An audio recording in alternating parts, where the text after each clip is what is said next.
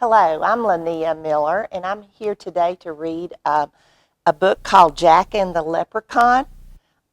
This is written by Ivan Robertson, illustrated by Katie Brom. It's also published by Scholastic. I'd like to have a disclaimer that some of the words in this book are Irish, and I do not know Irish. I do not know Gaelic, but I have made a stab at learning some of these words, and hopefully they'll be fairly close to the way they're supposed to be pronounced. Jack Mouse was invited to a very special St. Patrick's Day party. It was far away from his home. "Welcome to Ireland," his cousin Sean said. "Happy St. Patrick's Day." Jack was happy to be there. He'd come a very long ways.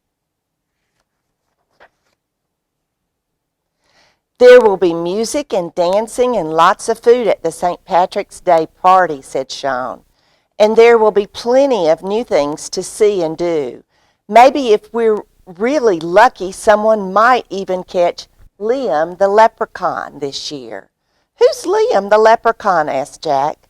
"Every St. Patrick's Day, Liam the leprechaun appears with a pot of gold in one hand and a stout oak club called a shillelagh in the other," said Sean. If someone catches him, he has to give them his pot of gold. But nobody has caught him yet, so keep an eye out, cousin." When they got to the house, Aunt Bridge and Uncle Fergus were very happy to see Jack, and so were all of his cousins. "Kid Miller Fulcher," they cried. "That's Gaelic for 100,000 welcomes," explained Aunt Bridge. "Gaelic is the oldest language in Ireland." "Oh," said Jack, "thank you." "We have a very important job for our very important guest," Aunt Bridge said. "We need you to fill this basket with shamrocks. The three-leaved shamrock plant is a symbol of the St. Patrick himself, and we couldn't have the party without it." Jack went into the woods to look for the shamrocks. He looked and he looked, but he didn't see any shamrocks at all. "They must be around here somewhere," thought Jack. He went deeper and deeper into the woods. The woods got thicker.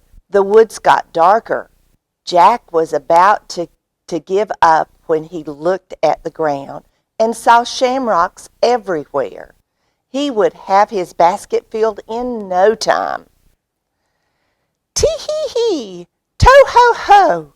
What was that?" asked Jack. He looked around, but he didn't see anything. "Tee-hee-hee! To-ho-ho!" There was that sound again. Jack turned and saw a little man with a red beard in a green suit and in a green hat, and the little man had a wooden club in one hand and a pot of gold in the other. "That must be Liam the leprechaun," Jack thought. "That pot of gold will be mine if I catch him." But with a tee-hee-hee and a to-ho-ho, Liam sprinted away. "Hey!" Jack yelled. "Hold on!" Jack ran after him as fast as he could. Jack chased Liam, the leprechaun, out of the woods. He chased him around the fields and over the streams and all the way back to the village. Jack jumped over a wall and suddenly, crash! He ran smack into someone, but it wasn't Liam the leprechaun. "Uncle Fergal," said Jack. "Well, of course it is me," Uncle Fergal said.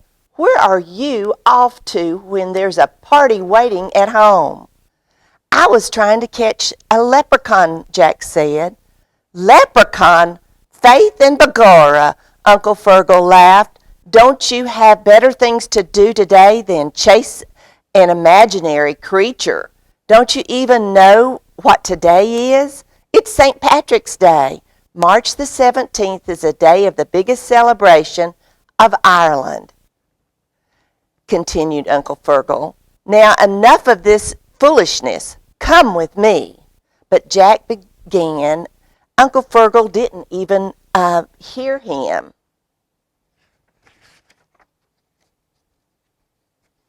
The whole town was getting ready for St. Patrick's Day, said Uncle Fergal. There's Mrs. Murphy baking the traditional soda bread, and that's Mr. O'Brien getting the children ready for the parade. Miss Fitzgerald is knitting a special green sweater. Green is the national color of Ireland, you know. But what about leprechauns? Asked Jack. What about the pots of gold? Ah! You silly mouse, said Uncle Fergal. There are no such things as leprechauns. But then, out of the corner of his eye, Jack saw Liam. There he is, Jack yelled as he raced away.